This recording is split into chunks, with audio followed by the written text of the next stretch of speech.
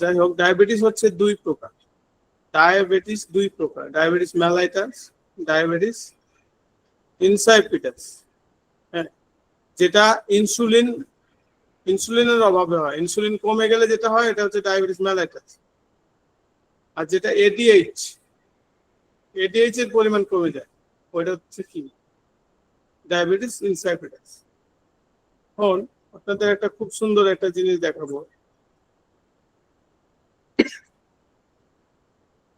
এইটা দেখাবো, খুবই মজার একটা বিষয় দেখাবো আপনাদেরকে। ব্লাড সুগার হচ্ছে আমাদের কোথায় থাকে? ব্লাডে থাকে। ব্লাড সুগার ব্লাডে থাকে। যতক্ষণ না সেলের মধ্যে যাবে ততক্ষণ এই ব্লাড গ্লুকোজ দিয়ে লাভ নেই। কারণ আমরা সবাই জানি যে গ্লুকোজ মানে শক্তি, কিন্তু ডায়াবেটিসের পেশেন্ট ব্লাডে তো গ্লুকোজের অভাব নেই, গ্লুকোজ তো বেশি, কিন্তু তাদের দুর্বল। সে হলো সবচেয়ে পৃথিবীর দুর্বল প্রজাতি। হ্যাঁ, বলবে সারা শরীর দুর্বল, আমার ভালো লাগে, আমি কিছু করতে পারিনি, কষ্ট। তাহলে এত সুগার বেশি, কিন্তু তার দুর্বলতার কারণ কি? হ্যাঁ, দুর্বলতার কারণ হচ্ছে যতক্ষণ না সেলে তার ব্লাড গ্লুকোজ গুলো যাচ্ছে ততক্ষণ শক্তি তৈরি হবে না।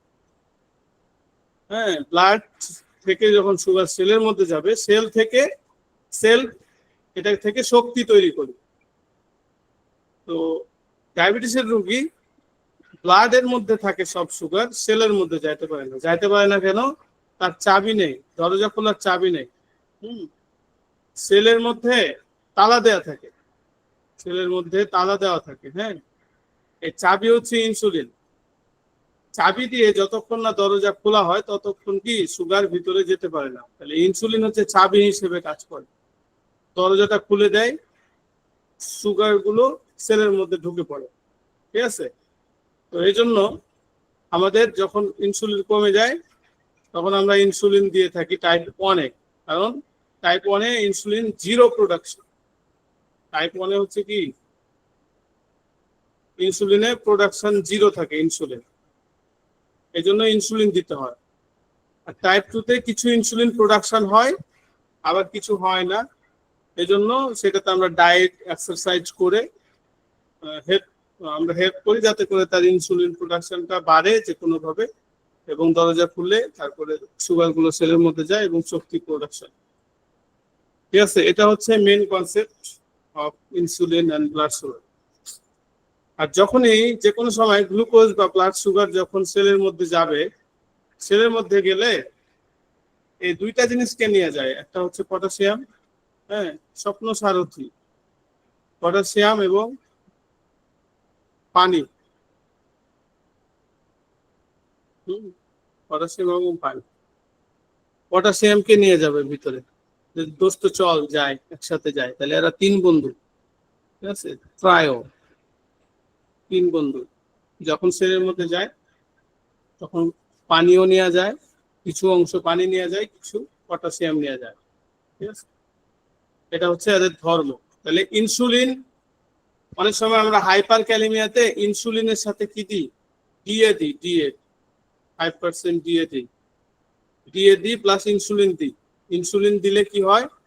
তাহলে ইনসুলিন আর ডিএ দিলে, ডি এর মধ্যে কি আছে? গ্লুকোজ আছে। গ্লুকোজ যখন যাবে, এই ইনসুলিন দেওয়ার কারণ হচ্ছে তারপরে এই সুগারটা যখন যাবে তখন পটাশিয়ামকে সেলের মধ্যে নিয়ে যাবে। তাহলে ব্লাডে পটাশিয়ামের, তখন হাইপার ক্যালেমিয়া থেকে আমরা রোগীকে বাঁচাইতে পারি।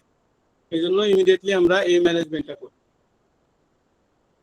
এবং যখন ডিএ পায় রোগী, ডিএ পাইলে এই যে পানি নিয়ে যায়, তো অনেক সময় সেলকে সোয়েলিং করে, ধরেন এরকম থাকে, এটাকে এভাবে করে। তো ব্রেনের সেল, নিউরন গুলো ফুলে ওঠে, সোয়েলিং হয়, তখন এটাকে কি বলে? Cerebral oedema. এজন্য আমরা দিয়ে এগুলা স্লো, কারণ দ্রুত দিলে আমাদের সেরেব্রাল ইডিমা হবে। হ্যাঁ, তারপরে হেডেক দিয়ে বুঝতে পারবো, এবং আইসিপি রেজ হবে। আইসিপি রেজ হলে রোগী হবে সিজার থেকে ডেথ।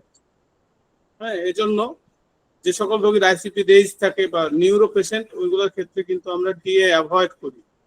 ঠিক আছে, যেগুলো হচ্ছে সায়েন্স,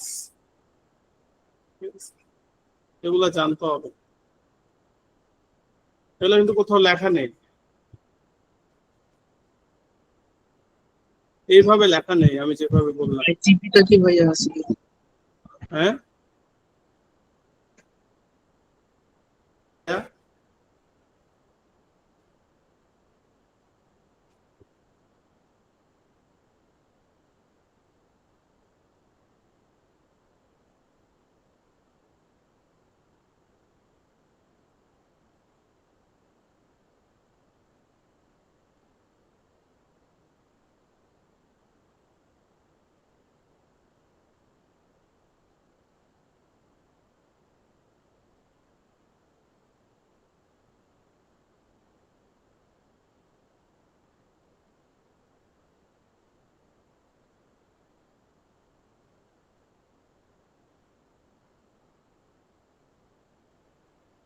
ভাই মিউট হয়ে আছে।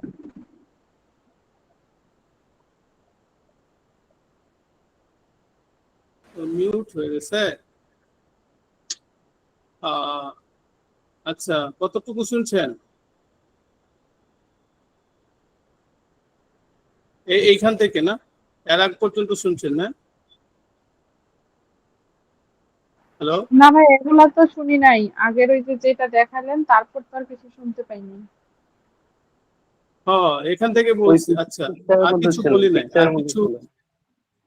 আচ্ছা আর কিছু বলি নাই, পিকচার পর্যন্ত তো বুঝছেন তাই না? ঠিক আছে, এখন টাইপ 1 টাইপ 2। টাইপ 1 এ কোনো ইনসুলিন তৈরি হয় না, আর টাইপ 2 তে ইনসুলিন রেজিস্ট্যান্ট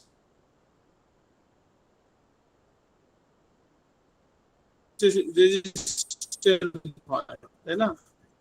ইনসুলিন ভালো, ইনসুলিন রেজিস্ট্যান্স। এখন হাইপার এবং হাইপো দুইটা ঘটনা ঘটতে পারে ইনসুলিন মানে ডায়াবেটিস পেশেন্টের। তো হাইপার হলে তো আমরা জানি 3P, পলিউরিয়া পলিডিপসিয়া পলিফাজিয়া। আর হাইপো হলে 70-এর লেস যদি হয়, অথবা আমাদের যে 4 মিলিমল, হ্যাঁ 4 মিলিমল, 4 মিলিমলের যদি নিচে হয় তাহলে কি hypoglycaemia. Hypoglycaemia হাইপোগ্লাই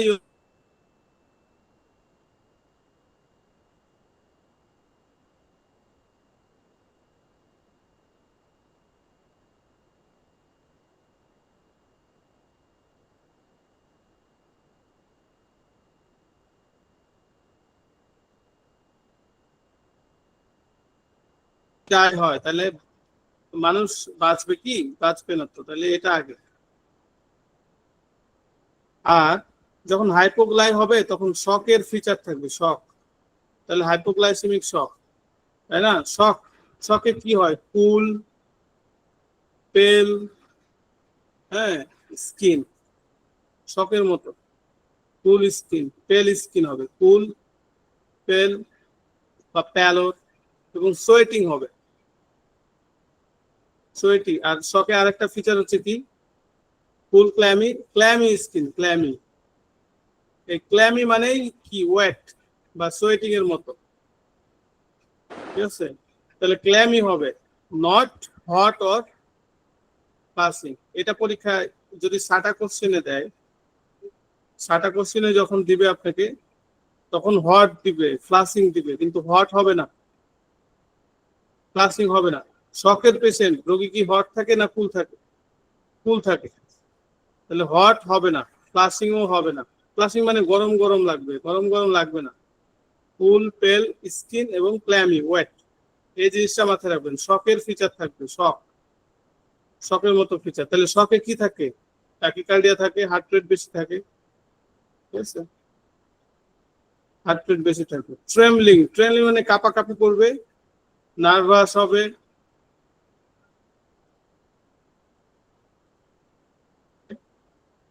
headache, irritable, weakness, anxious, sweaty, সেকি, হাঙ্গ্রি, ঠিক আছে? হাই ওয়াশ, হাই ওয়াশ দিয়ে মনে রাখতে পারেন। আমি এটা আপনাকে মনে রাখার একটা টেকনিক দিলাম যে শকের মতো ফিচার পাবেন। তাহলে শকের যে সাইন সিম্পটম, কুল, পেল স্কিন,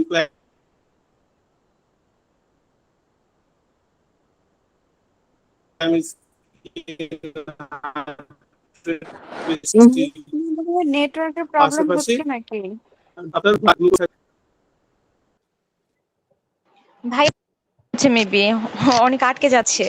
ভাইয়ের এখানে আসলে নেটের প্রবলেম হচ্ছে, আমি একবার অফ অন করতেছিলাম, আমি ভাবছি আমার এখানে।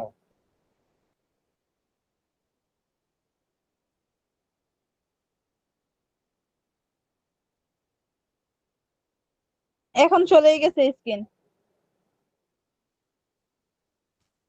আমার নেটে প্রবলেম হয়েছে, বুঝা যায় নাই। ভাইয়া হ্যাঁ আপনার ভাইয়া, আপনার কথাগুলো ওখানে আটকে মনে আটকে আসতেছে, বোঝা যাচ্ছে না। বুঝছেন বলেন তো?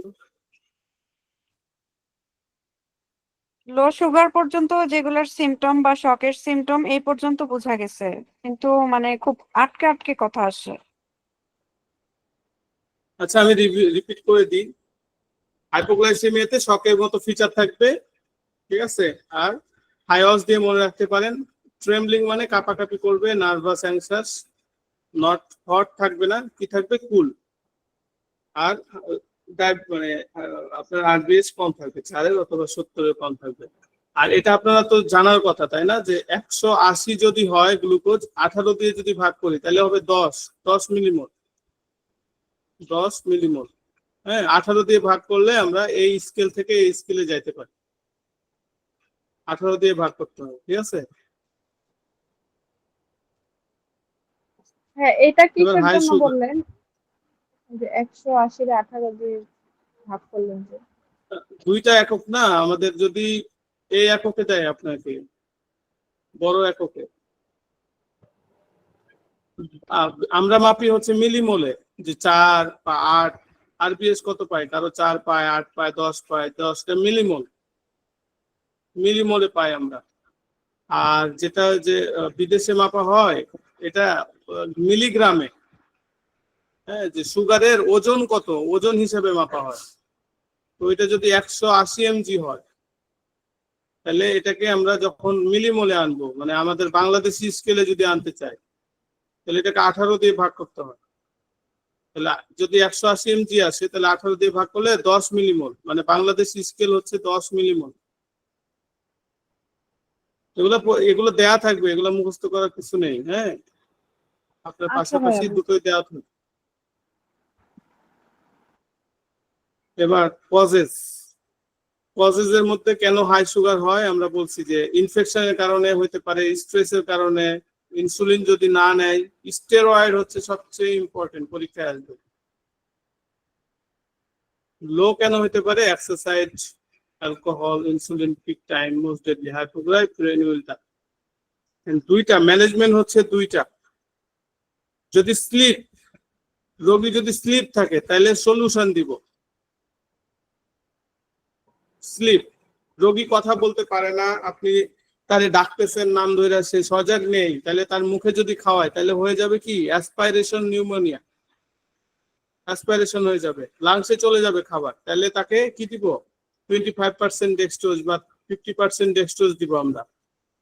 আর যদি রোগী জেগে থাকে, তাহলে তাকে কিছু খাইতে বলবো। অ্যাওয়াক মানে জেগে আছে, তাহলে আক্স টু ইট। এ যদি অ্যাওয়াক, সোডা, সোডা মানে কি? কাপড় খাঁচার সোডা না? Crackers, low fat milk, not high fat milk, peanut butter. High fat দেওয়া যাবে না, হাই ফ্যাট তো না, দরকার আমাদের কি? গ্লুকোজ। তাহলে গ্লুকোজ কোনটাতে বেশি, সেগুলো দিতে হবে। কার্বোহাইড্রেট যেগুলোতে বেশি, যেগুলো খাওয়া নিষেধ, ওইগুলা এই সময় দিব যখন হাইপোগ্লাইসেমিক শকে যাবে রোগী। যেগুলা খাওয়া নিষেধ, হ্যাঁ, জুস খাওয়া নিষেধ, তারপর আরসি, কোকা কোলা, এগুলা খাওয়া নিষেধ, ক্র্যাকার্স, বিস্কিট খাওয়া নিষেধ। যেগুলা খাওয়া নিষেধ, রেডিমেড গ্লুকোজ, ওগুলো চকলেট। হাইপোগ্লাইসেমিক। হ্যাঁ, চকলেট হাইপোগ্লাইসেমিকে, ওগুলোই দিব। লো ফ্যাট, লো ফ্যাট মিল্ক দেওয়া যাবে, কিন্তু লো ফ্যাট, ফ্যাট থাকা যাবে না। হাই ফ্যাট দেওয়া যাবে না, কারণ ফ্যাট বার্ন হয়ে কি হবে? ফ্যাট বার্ন হয়ে কিটোন হবে, তখন ডায়াবেটিক কিটোঅ্যাসিডোসিস হবে যদি টাইপ 1 হয়। এই জন্য ফ্যাট অ্যাভয়েড করতে হবে। পিনাট বাটারে অনেক ফ্যাট আছে, হ্যাঁ, নাটে অনেক ফ্যাট থাকে, এই জন্য এগুলা নিষেধ।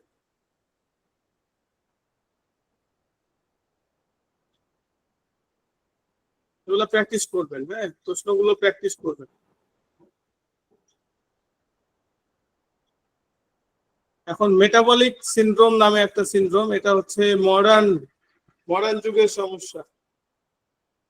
মেটাবলিক সিনড্রোম নিয়ে একটু পড়াবো এখন।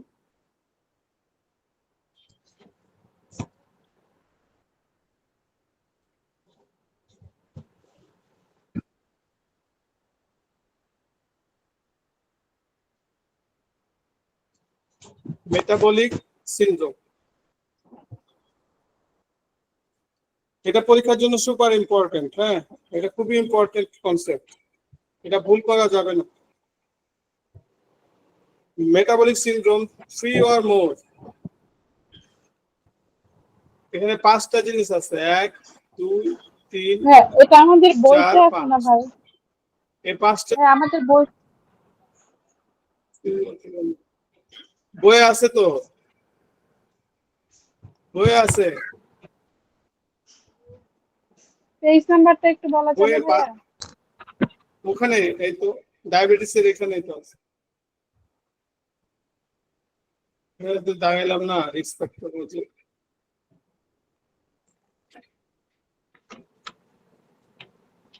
116তেই আছে। 3 অথবা মোর, এই 3টা ক্রাইটেরিয়ার যে কোনো 3টা যদি থাকে তাহলে তার থাকবে metabolic syndrome, MS metabolic syndrome থাকবে। ওয়েস্ট মানে কোমর আর রিস্ট মানে কবজি। 116 তো ভাইয়া নাই তো। আছে রে ভাই, দেখাই দিলাম তো, ওকে, তার চোখে যদি না পাইছি ধরে। পাইছি, রিস্ক ফ্যাক্টরের নিচে যে মেটাবলিক সিনড্রোম, ঠিক আছে। ওকে, ওয়েস্ট মানে কি? কোমর। রিস্ট মানে মাজা, তাই তো? রিস্ট ব্যান্ড মানে কি?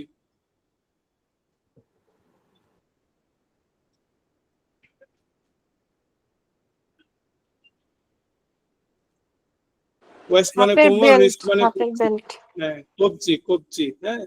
তো ওয়েস্ট মানে কি? ওয়েস্ট মানে হচ্ছে কোমর। কোমরের পরিধি ছেলেদের বড় থাকতে, মানে ছেলেদের যদি 40, ছেলেরা নর্মালি সবকিছুতে বেশি বেশি থাকে, তাই তো? এই জন্য ছেলেদের যদি কোমরের যে পরিধি ওয়েস্ট সার্কামফারেন্স যদি 40 ইঞ্চির বেশি হয়, আর মেয়েদের ক্ষেত্রে 5 কম 35 ইঞ্চির বেশি হয় কোমরের পরিধি, তাহলে এটার মানে বুঝবো ওবিসিটি। ঠিক আছে, ওবিসিটি। ব্লাড প্রেশার 130 আর 85, নর্মাল হচ্ছে কত? 120/80। এটা নিব 10 বেশি যোগ করব, আর এটার সাথে 5 বেশি যোগ করব, তাহলে কত হয়? 130/85। যদি তার এটা সমান অথবা তার বেশি থাকে তাহলে হাইপারটেনশনের একটা রিস্ক, হ্যাঁ। তার মানে তার নর্মাল এটা হলো রেইজড বিপি, তাহলে এটা হচ্ছে কি? যদি এরকম থাকে তাহলে মেটাবলিক সিনড্রোমের একটা রিস্ক থাকলো। এবার ট্রাইগ্লিসারাইড মনে আছে? 50, 100, 150, 200। তাহলে টিজি কত? টিজি হচ্ছে 150, আর এটা টোটাল কোলেস্টেরল টিসি।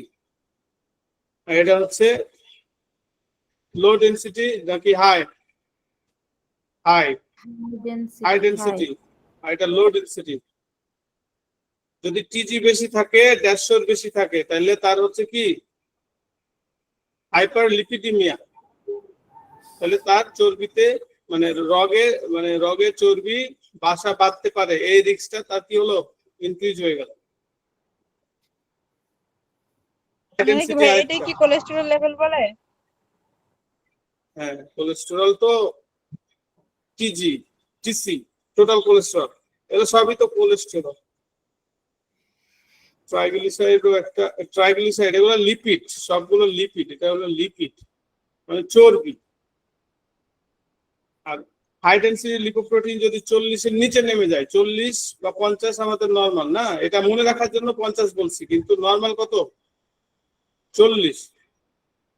40-এর নিচে যদি নেমে যায় হ্যাপি কোলেস্ট্রল, হ্যাপি মানে ভালো, ভালোটা যদি 40-এর নিচে নেমে যায় তাহলে কি রিস্ক। আর গ্লুকোজ যদি ফাস্টিং গ্লুকোজ যদি 100 mg নিচে মানে বেশি হয় তাহলে কি মানে এটা হচ্ছে কি ফাস্টিং মানে সকালবেলা খালি পেটে যে মানে আরবিএসটা চেক করব, ফাস্টিং আরবিএস, হ্যাঁ fasting blood sugar FBS, fasting blood sugar যখন চেক করব যদি এটা 100 mg নিচে উপরে আসে তাহলে তার ডায়াবেটিস হওয়ার একটা চান্স থাকে, তাই না? তাহলে এই কয়টা হইলো 5টা, এটা 1, এটা 2, এটা 3, এটা 4, এটা 5। এই 5টা সিমটমসের মধ্যে কারো যদি 3 অথবা 3-এর বেশি হয় তাহলে তার ডায়াগনোসিস হবে মেটাবলিক সিনড্রোম। সে মেটাবলিক সিনড্রোমে ভুগতেছে। বুঝা গেল? এটা খুবই ইম্পর্টেন্ট, সুপার ইম্পর্টেন্ট, পরীক্ষার জন্য যা আসবে। এটা মডার্ন সোসাইটির প্রবলেম। কি আপু বলেন? ওবিসিটিটা তো আপনার হচ্ছে ওয়েস্ট সাইজ দিয়ে করছে, বিএমআই ক্যালকুলেট করে না? বিএমআই তো আমি আপনাদের সহজে বুঝাইলাম আর কি, বুঝছেন? এখানে তো বিএমআই দিয়ে বুঝি আমরা, বিএমআই দিয়ে ওবিসিটি বুঝি, কিন্তু মেটাবলিক সিনড্রোম বুঝার জন্য বিএমআই এর প্রয়োজন নেই। বিএমটা ওবিসিটি আমরা ক্যালকুলেট করি, কিন্তু এখানে আমি বুঝাইলাম কি এটা দিয়েও কিন্তু করা যায়, এটা একটা আইডিয়া, এটা তো কনফার্মেটরি না, এটা একটা আইডিয়া, বুঝছেন? তাহলে 3 or more হলে মেটাবলিক সিনড্রোম। আর এই স্কেল তো জানেন, 3 মাসের যে ব্লাড গ্লুকোজ আমরা দেখি ওটার নাম কি? HbA1c, haemoglobin A1c।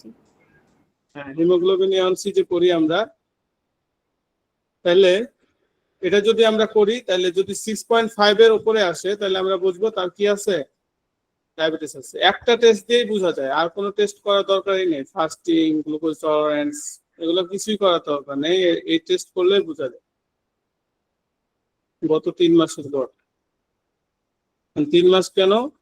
120 দিন হচ্ছে আরবিএস বাঁচে, তাই না? তো আরবিএস 120 দিন কত মরে গেছে,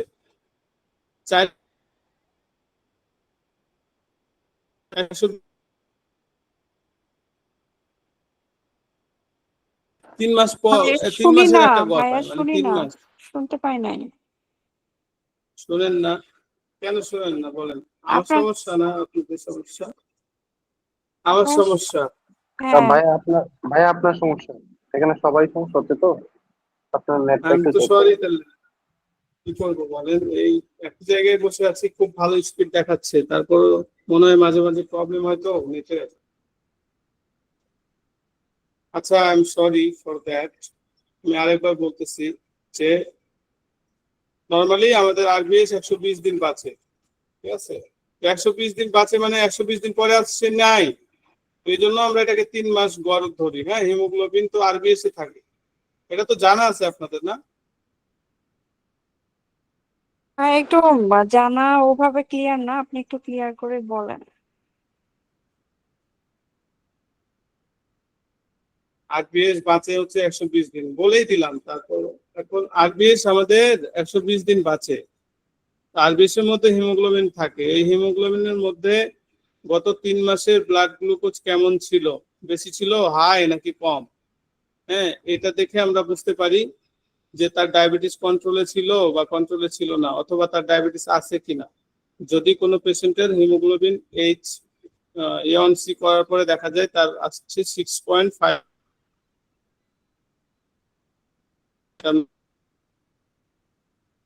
আছে। এবার ডায়াবেটিস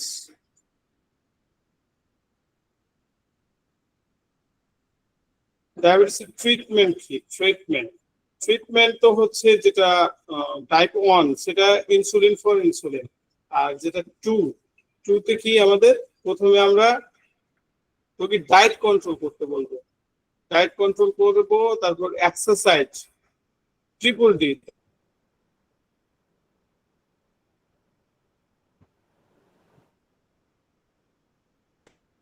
তারপরে ড্রাগ, তারপরে ড্রাগ। যদি ডায়েট দিয়ে হয়ে যায়, এক্সারসাইজ দিয়ে হয়ে যায়, তাহলে ড্রাগের কোনো প্রয়োজন নেই। তাহলে সিম্পল সুগারস এগুলো আমরা অ্যাভয়েড করব।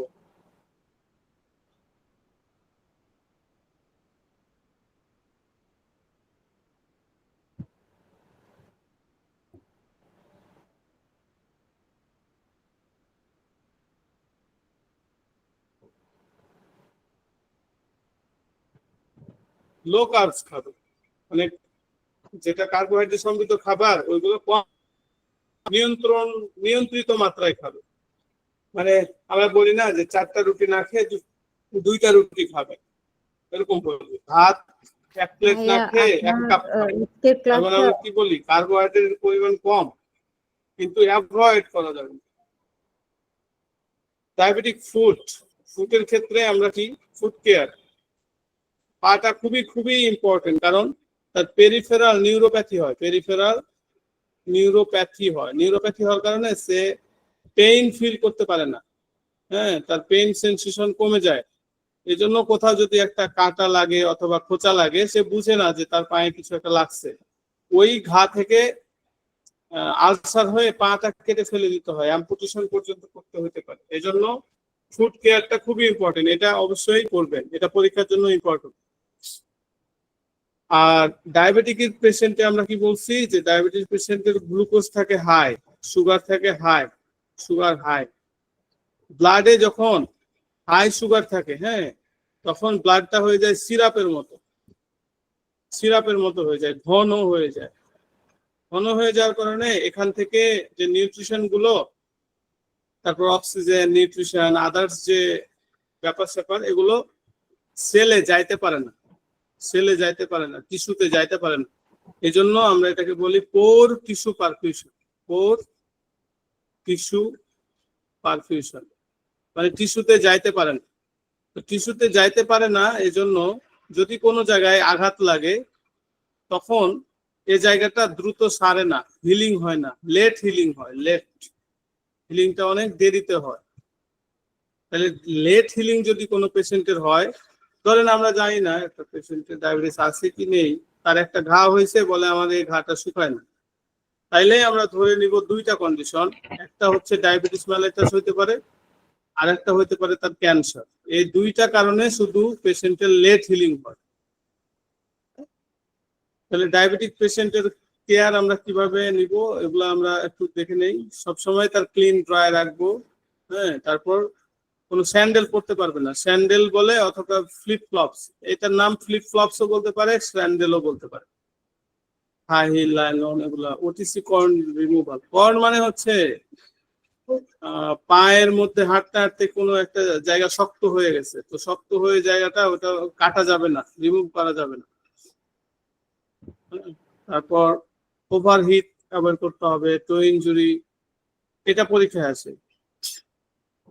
নেইলটা স্ট্রেট করে কাটতে হবে, বাঁকা করা যাবে না। বাঁকা করে যে আমরা অনেকের স্বভাব আছে যে নখের কোনা তুলে কাটে, কোনাটা তুলতে হবে না, শুধু বাইরের অংশটা কাটতে হবে এবং সোজা করে কাটতে হবে, হ্যাঁ, স্ট্রেট। ডেইলি ইন্সপেকশন, শু পরবে প্রপারলি ফিট।